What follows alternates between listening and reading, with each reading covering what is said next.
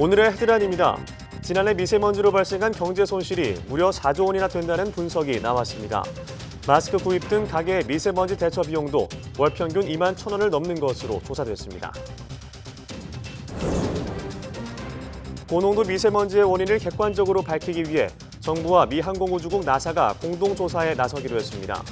이번에는 환경위성을 이용해 중국발 대기오염 물질의 확산 여부를 조사할 예정입니다. 65살 이상의 고령 운전자의 운전을 조건부로 허용하는 방안이 추진될 예정입니다. 인지기능검사나 야간 운전시험 등을 통해 고령 운전자의 면허 유효기간이나 최고 속도를 제한할 것으로 보입니다.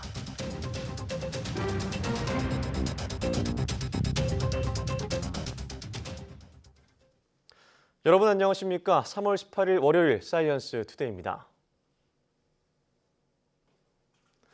오늘은 전국이 맑겠지만 아침과 낮 기온이 15도 안팎까지 크게 벌어지는 등 일교차가 크겠습니다. 기상청은 이동성 고기압 영향권에서 중부 내륙에 안개가 짙게 낀 뒤 오전부터 전국이 맑겠다고 밝혔습니다.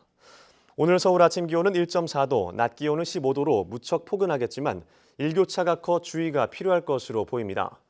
오늘 미세먼지는 대기 확산이 원활해 전국이 보통에서 좋음 수준을 유지하겠습니다. 미세먼지로 바깥 활동이 제약되면서 지난해 4조 원이 넘는 경제 손실이 발생한 것으로 추정됐습니다. 하지만 국민의 45%는 정부가 미세먼지를 줄이기 위해 노력하더라도 추가 세금은 내지 않겠다고 답했습니다. 최하영 기자가 보도합니다. 오늘 아침 사상 최악의 미세먼지가 찾아왔습니다. 답답한 시야와 호흡이 곤란한 정도로 짙은 미세먼지는 이제 공포가 됐습니다. 지난해에 이어 올해도 어김없이 미세먼지 공습으로 숨이 턱턱 막혔습니다. 미세먼지로 인한 경제 손실을 따져보니 하루 손실은 1,586억 원, 한 해 4조 원이 넘는 것으로 추정됐습니다. 국민 10명 가운데 7명꼴로 미세먼지로 생산 활동에 지장을 받았고 실내보다는 실외 근무자가 느끼는 정도가 더 심했습니다. 미세먼지를 피해 실내로 숨다 보니 농업 등 바깥 생산 활동이 제약되거나 매출에 타격을 입었기 때문입니다. 자원이가 많이 줄어요. 그 매출 금액 같은 건 뭐 얘기는 할 수 있고. 또 마스크를 사는 등 미세먼지로 한 가구가 지출한 비용은 월 평균 2만 1,000원으로 조사됐습니다. 하지만 정부가 미세먼지 주의보 발령 일수를 반으로 줄이기 위해 노력하더라도 국민 45%는 추가 세금을 낼 의사가 없었습니다. 그 이유로는 절반가량이 미세먼지 예방이 불가능하다고 생각했고 이미 낸 세금으로 예방해야 한다. 경제적 여유가 없다는 응답이 뒤를 이었습니다. 만약 세금을 내야 한다면 한 가구에 월 평균 4,500원 정도 낼 수 있다고 답했습니다. 또 국민 68%는 미세먼지를 줄이기 위해 중국 등과 공동 연구를 통해 상호 영향을 밝히는 것이 가장 필요하다고 지적했습니다. YTN 최하영입니다. 이처럼 미세먼지가 재난 상황으로 악화하면서 인공강우나 실외 공기청정기가 새로운 대안으로 제시되고 있습니다. 그런데 이런 대책들이 정말 효과가 있는 것인지 정혜윤 기자가 따져봤습니다. 인공강우의 목표는 구름에 비의 씨앗을 뿌려 비를 내리게 하는 겁니다. 지금까지 보고된 인공강우 최대 증가량은 시간당 1mm 정도에 불과합니다. 하지만 가뭄이 극심한 상황에서는 그야말로 금비가 될 수 있습니다. 그런데 가뭄 극복이 아니라 미세먼지를 씻어내려면 비의 양이 최소 시간당 10mm는 돼야 합니다. 거기에 재난급 미세먼지는 맑은 날이 이어질 때 주로 나타나 인공강우가 이루어질 수도 없습니다. 짠 강수로는 미세먼지가 씻겨 내려가기 좀 어렵기 때문에 현재로서는 인공강우가 미세먼지 저감에 아주 중요한 해결책이 될 수는 없다고 판단이 되고 있고요. 네덜란드에 있는 스모그 프리타워입니다. 타워 위에서 공기를 빨아들인 뒤 정전기를 이용해 미세먼지를 걸러내고 깨끗한 공기를 아래로 배출합니다. 중국도 베이징 시내에 이 장치를 설치했습니다.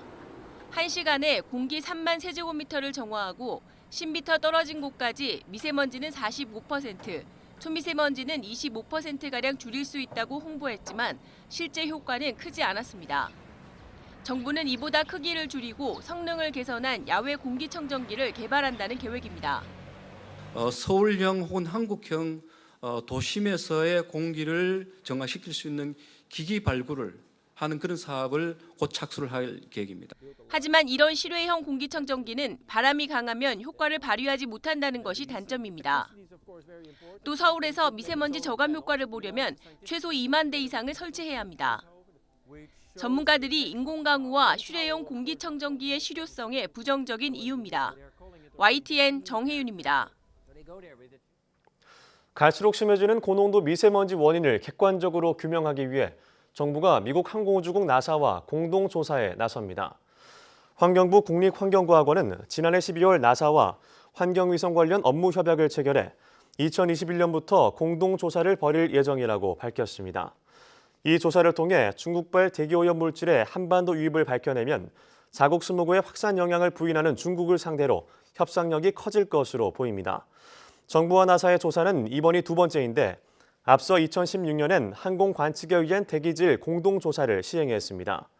당시 서울올림픽공원에서 측정한 미세먼지는 국내 요인이 52%, 국외 요인이 48%로 나타났는데 이 중 중국의 영향은 34%로 생각보다 크지 않았습니다. 토네이도는 매년 미국에서 자주 발생해 막대한 피해를 주는 자연현상입니다. 그런데 이 토네이도가 우리나라에서 발생 빈도가 늘고 있고 또 내륙에서 발생하면서 피해를 주기 시작했습니다. 지구온난화가 불러온 현상이라는 분석입니다. 김진두 기자가 보도합니다. 강력한 회오리 바람이 지면을 핥히며 모든 것을 폐허로 만들어버립니다. 미국 토네이도의 모습입니다. 국내에서도 이보다 약한 토네이도가 나타나곤 했지만 대부분 해상에서 관측됐습니다. 바다의 물이 하늘로 올라가는 모습이 용을 닮았다고 해서 용오름이라고 부릅니다. 하지만 최근 이런 토네이도, 용오름이 내륙에서도 발생하고 있습니다. 지난 2014년 경기도 고양시, 2017년에는 화성시에서 용오름이 나타나 큰 피해를 줬습니다. 특히 지난 금요일에는 서해 연안에서 발생한 용오름이 당진시를 강타하며 제철소 지붕이 강풍에 뜯기는 등 사고가 속출했습니다.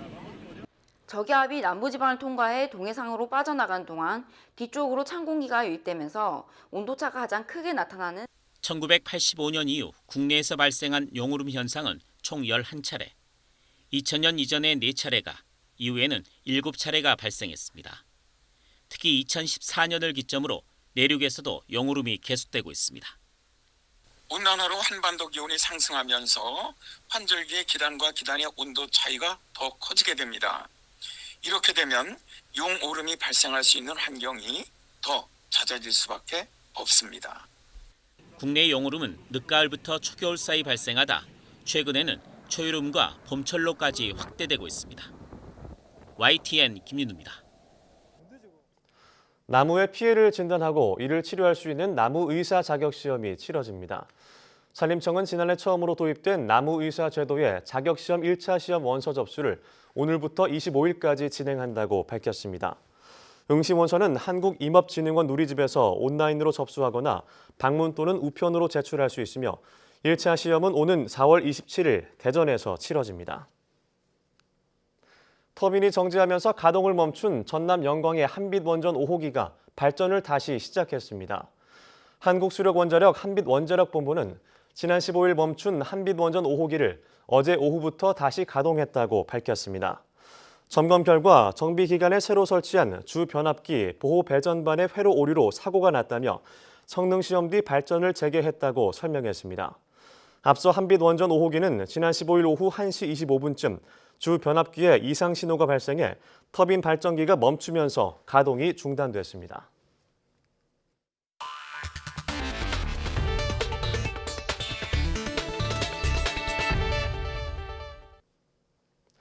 국내 연구진이 위암 전이를 일으키는 유전자를 발견하고 그 유전자의 기능을 확인했습니다.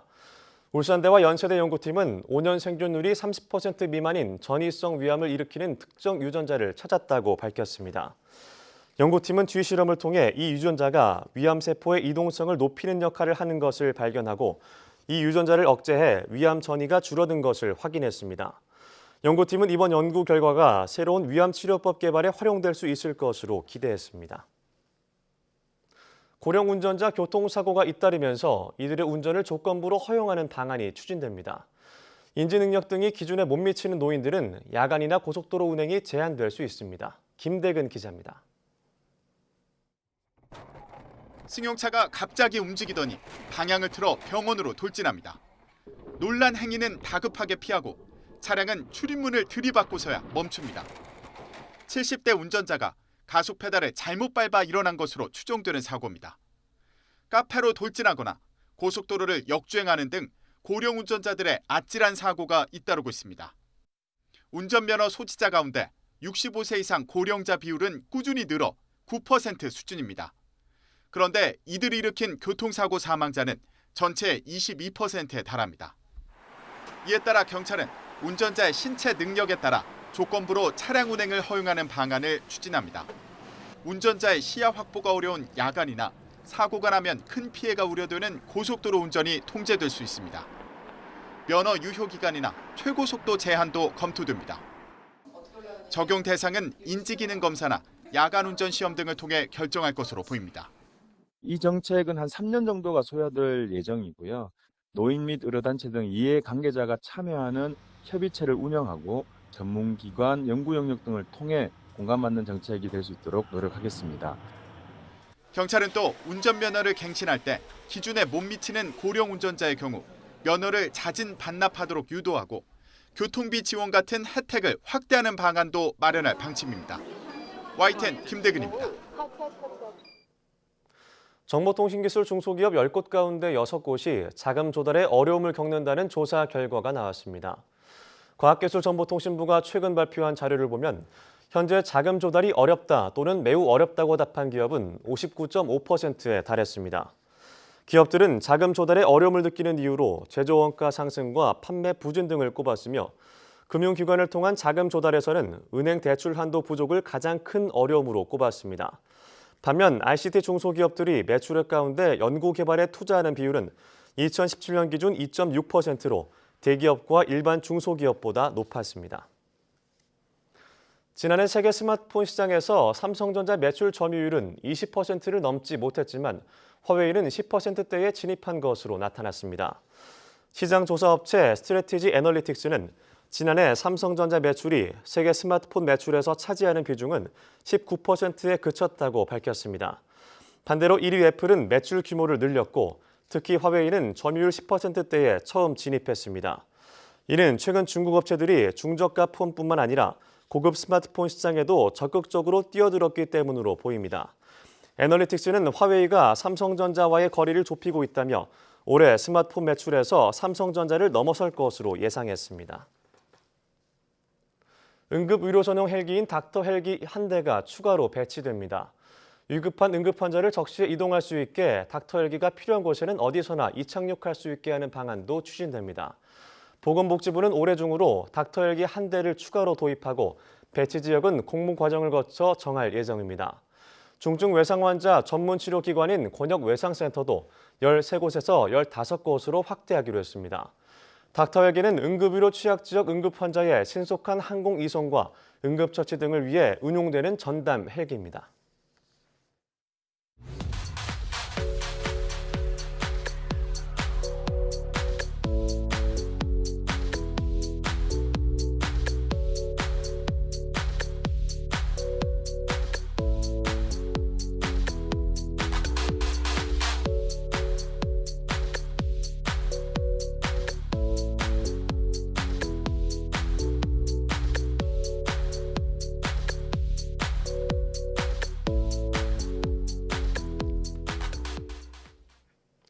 유전자 변형 농산물 GMO에 대한 안전성 논란이 끊임없이 이어지고 있습니다. 최근에는 소비자들의 알 권리와 안전한 식품을 선택할 수 있도록 GMO 가공식품 완전 표시제 도입이 필요하다는 목소리까지 들려오고 있는데요. 우리는 GMO에 대해서 얼마나 알고 있을까요? 오늘 오넷의 사이언스 투데이 과학 돋보기 시간에는 GMO 안전한가 유해한가 끝없는 논란의 진실에 대해 알아보겠습니다.